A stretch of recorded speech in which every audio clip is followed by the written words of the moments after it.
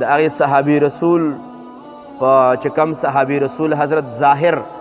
رضی الله تعالی عنه د نبی پاک مبارک هغې صحابه کرامو کې و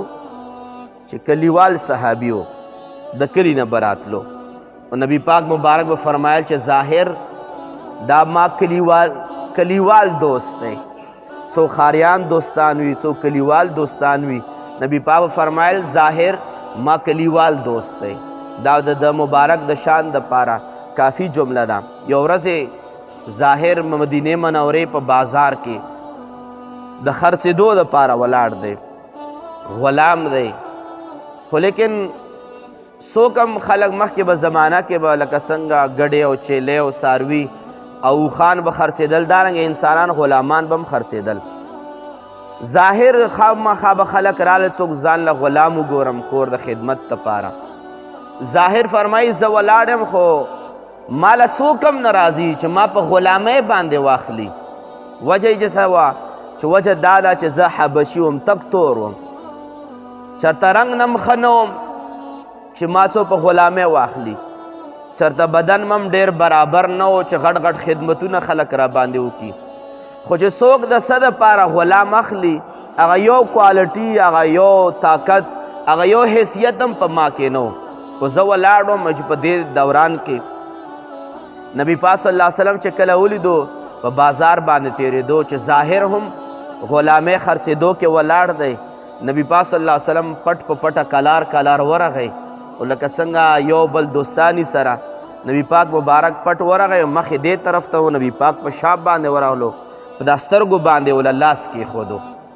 نبی پاک مبارک لکه څنګه خپل منځ کې دوستان کوي واړه ماشومانان کوي بیا آواز هم خپل آواز نه بدل وکړي چې زه څوک یم ما پیژنې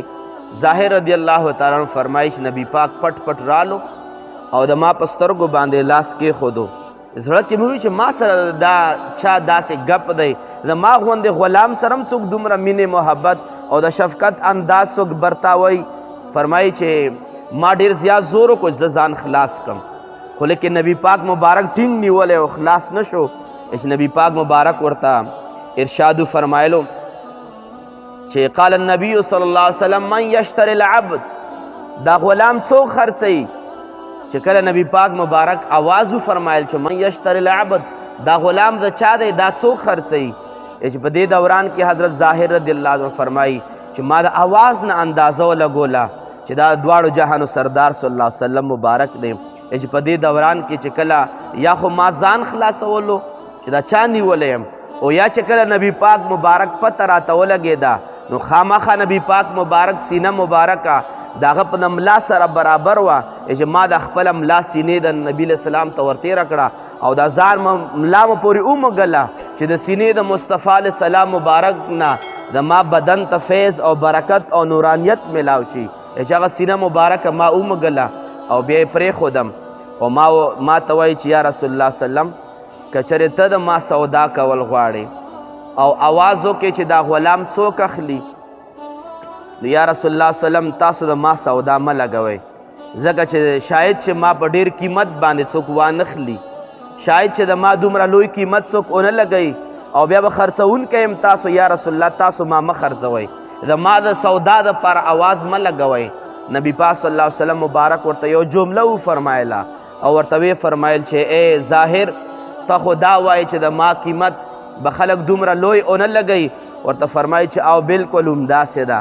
په خلق به د ستا سودا ډېر په کم قیمت باندې وکړي لیکن عند الله لست بکاسدین اے ظاهر رضی الله تعالی عنہ د خلکو په سوچ او فکر کې تا خو ډېر معمولی قیمت دی خو که چېرې د خدای پاک دربار ته بنده متوجه شي چې ظاهر به په څو روپو باندې خرڅېږي نو بندگان به ډېر په کم قیمت باندې واخلي خو ظاهر د خدای پاک په دربار کې ډېر د عظیم قیمت والا دی د خدای پاک په دربار کې ډېر د اوچت قیمت والا دی نبی پاک صلی الله علیه وسلم امت مسلمه ته خپل امت ته دا پیغام ورکړو چې څوک به د 50 روپو د ادبار والا نه وي څوک به ډېر زیات کمزوری وي شکل و صورت نه مال و دولت نه د مال حیثیت نه د جایداد نه د کار او د روزګار نه چېرته کمزوري جاب باندې به چېرته یو کس پین لګېدلی وي خو نبی پاک صلی الله علیه وسلم امت ته دا پیغام ورکړو چې د هر چا د معیار چې دی دا د خپل سوچ مطابق دی، خو لیکن ای زما امتیانو چرته معیار د مقام او د مرتبه چرته مال او دولت مقرر نه کوي چې چا سره مال او دولت وي دا به د معیار والوي، چرته غټ نسب والوي دا به د معیار والوي، چرته به لویه عہده باندې 1920 ګریډ افسر وي هغه به د الله په دربار کې د مرتبو والوي. نبی پاک پیغام ورکو چې د خلکو مرتبه جدا جدا دي او د خدای پاک په دربار کې هغه خلک د مرتبو خاوندان دي چې کم خلکو باندې خلک سلامونه هم نه اچوي. بلال رضی الله تعالی عنہ د خپو کشاره په جنتونو کې اورېدلی کېږي.